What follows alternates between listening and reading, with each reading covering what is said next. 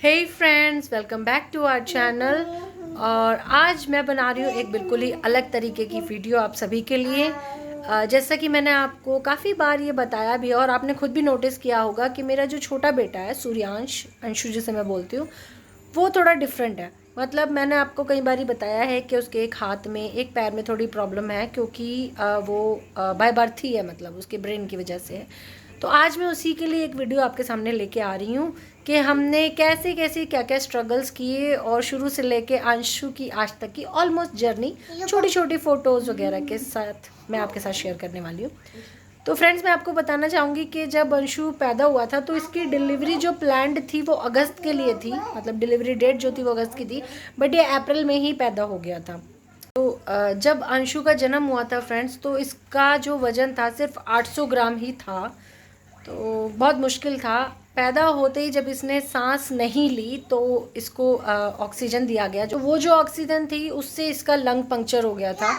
तो हमें उसी के टाइम, मतलब इमिजिएटली हमें इसका लंग का ऑपरेशन कराना पड़ा। और फिर अगले दिन सुबह, जैसे आज ही पैदा हुआ था, नेक्स्ट डे सुबह अंशु को ब्रेन हैमरेज हो गया था, जिसमें कि ऑलमोस्ट 18 से 19 दिन ये बिल्कुल वेंटिलेटर पे था। इसमें कोई भी मूवमेंट्स वगैरह नहीं थे, कोमा में था ऑलमोस्ट।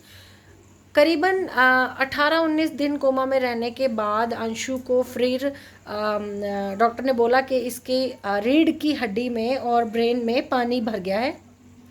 फिर हमें वो न्यूरोसर्जन से बात करके इसका ब्रेन से निकलवाना पड़ा पानी।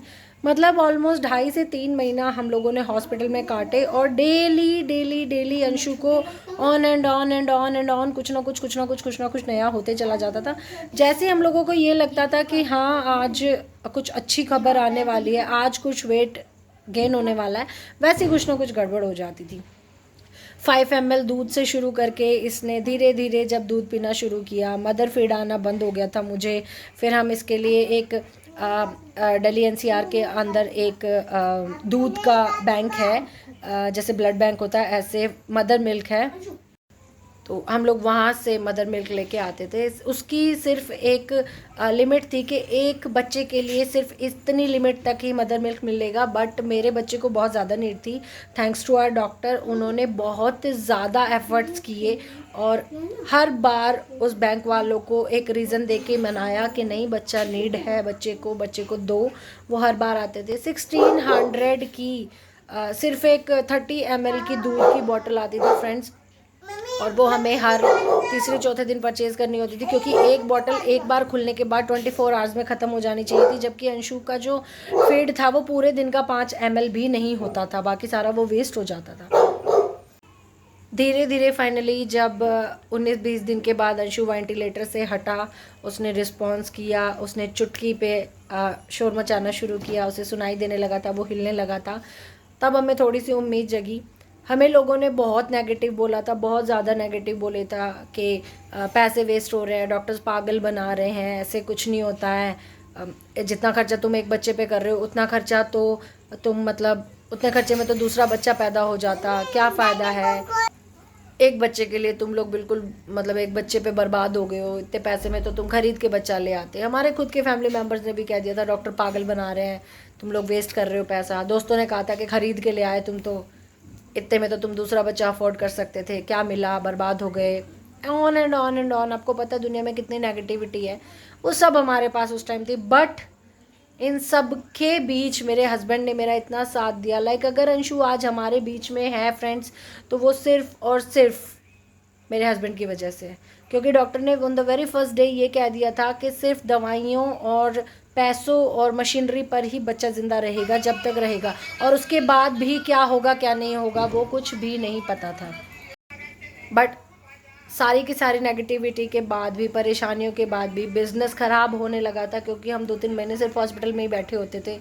सब चीज़ों के बाद विवान को संभालने में दिक्कत होती थी, तो विवान को संभालने के लिए उसकी मौसी उसके पास थी, उसका स्कूल देखती थी, सब देखती थी। मतलब सबने हमें सपोर्ट भी किया, ऐसा नहीं है कि हम सिर्फ नेगेटिविटी से गिरे होते। बट इस सब के बावजूद मेरे हस्बैंड ने कभी हिम्मत नहीं हारी। उन्होंने कहा कि जो भी करना पड़े, जो भी मतलब हमें सेक्रीफाइस करना पड़े, हम बच्चा घर लेके जाएंगे। तो तहे दिल से थैंक्स टू यू जानू, क्योंकि आप ही ने इसको बचाया। कभी कह नहीं पाते हैं, इसलिए मैंने सोचा वीडियो में कह देती हूँ, क्योंकि खुद से तो सामने सामने आदमी प्रेज़ बहुत ही कम कर पाता है। तो मैंने सोचा आज उनका थैंक यू स्पेशली किया जाए। तो थैंक यू जानू। और चलिए फिर आज आपको दिखाती हूँ कि कैसे कैसे मेरा अंशु छोटे से बड़ा हो गया है और आज फाइनली वो चलने लगा है। ये वीडियो प्लान्ड नहीं थी, इसलिए ब्ला ब्ला ब्ला ब्ला सब हो गया है, बट आई होप आपको समझ में आएगा मैं क्या कहना चाह रही हूँ। तो चलिए देखते हैं।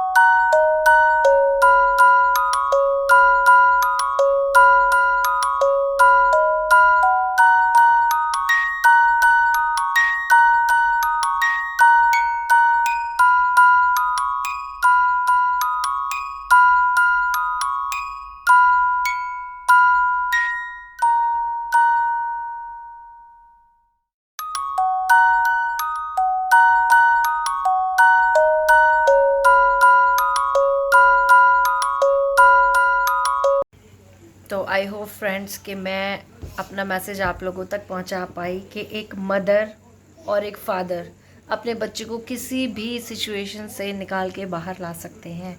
तो जो भी मेरे जैसी मदर्स हैं जिनको भी थोड़ी परेशानी चल रही है या जो भी इस तरीके की परेशानियों से गुज़र रही हैं, प्लीज़ हिम्मत बिल्कुल ना हारें। आप यानी मदर वो चीज़ हैं जो अपने बच्चे को हर मुसीबत से निकाल के ले आएगी। तो अपने आप में विश्वास रखिए, अपने बच्चे पे विश्वास रखिए और सिर्फ थोड़ी सी मेहनत करने की ज़रूरत है।